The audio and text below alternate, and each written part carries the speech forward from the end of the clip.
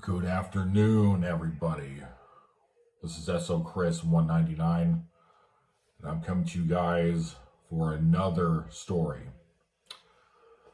And if you guys thought the last two that I did about working at a mental house, I'm going to be going into working at 3 months at a job in security. So, same thing as the other ones, it's a security officer position, unarmed, no weapons on you. You have to rely on your hands, okay? So, the next one was actually at the main hospital, and not to dox the location. This was basically the most insane mental house I think I've ever worked at, even to this date. Because this was, I believe, 2 years ago. So I lasted for 3 months at this job because two friends of mine had actually got me to transfer and reapply to the original place that I was at, but at a different location. So in this 3 month time period, I was working at what is considered basically the worst of the worst. Mental patients go to this hospital. The most, basically half of the ones that I worked with when I was there all had multiple multiple life sentences. So we're talking about the biggest, basically a violent SMI, like as high as it goes. For, acuity, level of danger and everything was it's like at a 10 at the place I worked at. So, which was surprising because at this place, I actually didn't even go hands-on any of the codes, even though I've been to, I don't know how many codes, but I actually never went hands-on because the staff over there they just knew exactly what to do. They knew exactly how to do it. Anytime anything happened, they would immediately, like 5 or 6, both nurses and techs and secretaries and whoever was there would jump on the patients or jump on the patient to put him in the restraint holds. And so pretty much it was just run like clockwork to the point where it was actually, this was probably one of the most professional jobs I think I've ever had, was at this place that was basically like it's basically like it's a sanitarium, but it was like a prison. They were still psych wards as to how they were built, but they were wrapped around barbed wire and razor wire, going out for 3 fences around this series of hospitals. So I worked at a place that had 4 hospitals all within 1 block. So, and next to it was a prison. So, anyways, so like I was saying, I worked there for 3 months, and I was telling my friends at the job that I just came from, I have never seen or dealt with the level of insanity that I thought I'd seen everything at this point. Like working at the last mental hospital job, which is basically it's basically like a place where you're only there for like 3 days or something like that. It's basically just placement for people that are mentally disturbed. So it's a psychiatric hospital, but people get discharged all the time from there or transferred. So, but this place, you don't get transferred. You're serving a life sentence at this place because your lawyer was good enough to get you on an insanity plea, or the person just was not mentally fit to stand trial, but they killed a couple people.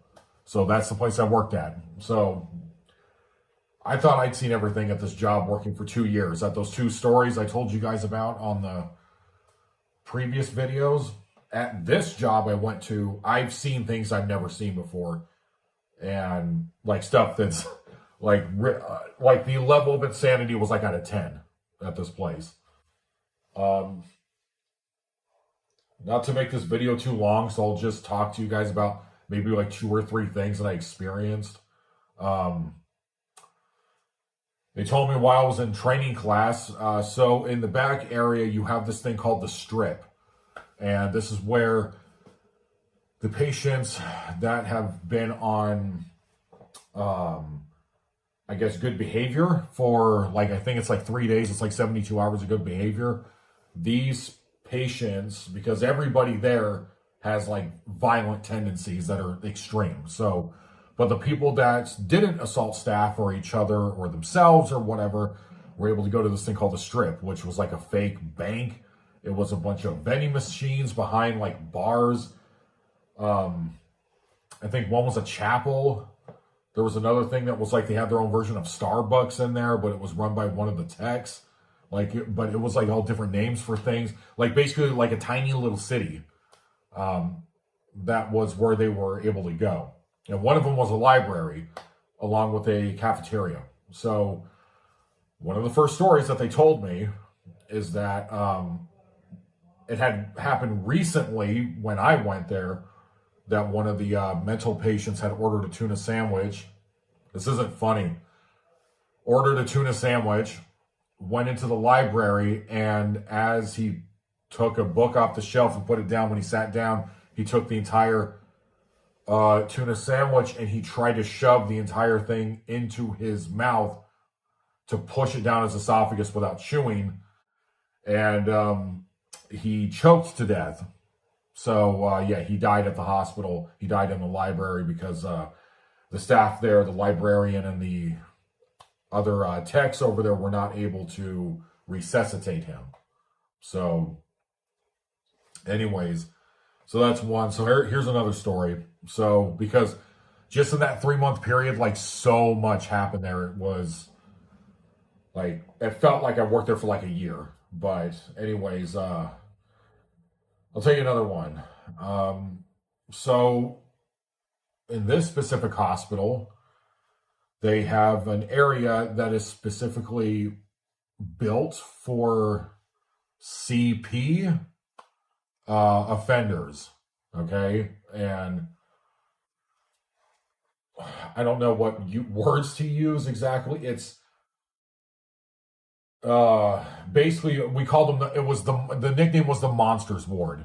So, or wards. So, yeah, CP was involved along with actual charges of murder against, I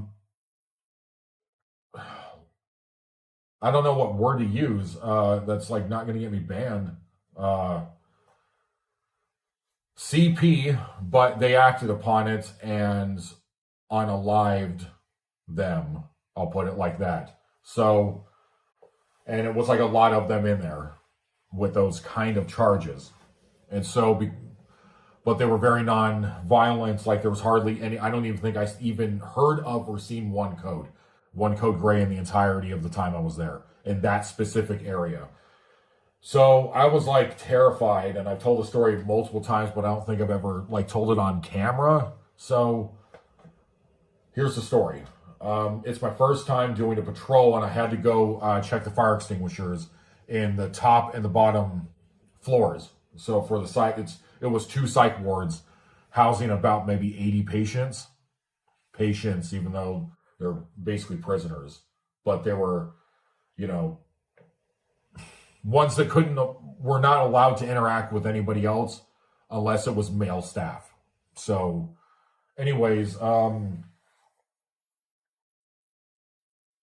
the whole reason why I got the job is because I got really attracted to the fact that it had a 20-year retirement plan, full benefits and all that stuff. But how I found out about it is at the time I was watching the local news here. And what was on the local news is a patient had beat another patient to death on the surveillance camera. And on on the local news, they actually showed the footage of, I mean, it was blurred in some part. In one part, it was blurred, but basically one patient, he beat his bunkie to death in the hallway, like just with his fist. But this guy that he beat had to have been like in his high 80s, like early 90s, like something like that. And this guy that beat him was in his 40s. So anyways, so I go down and my supervisor is telling me this is how you have to do the patrol when you are booked to come to this area. So when I went in, he looked at me and he said, you remember that guy who beat his bunkie to death on the news? That's him.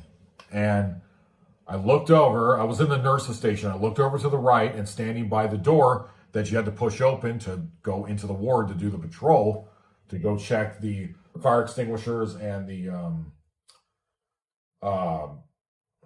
basically just check, no smoke, no fire, like just make sure like everything's okay. There's no, fights or going on, just anything like that. It's basically like, it was kind of like a CO job, I would assume, even though I've never been a CO. You just didn't get any weapons or anything. But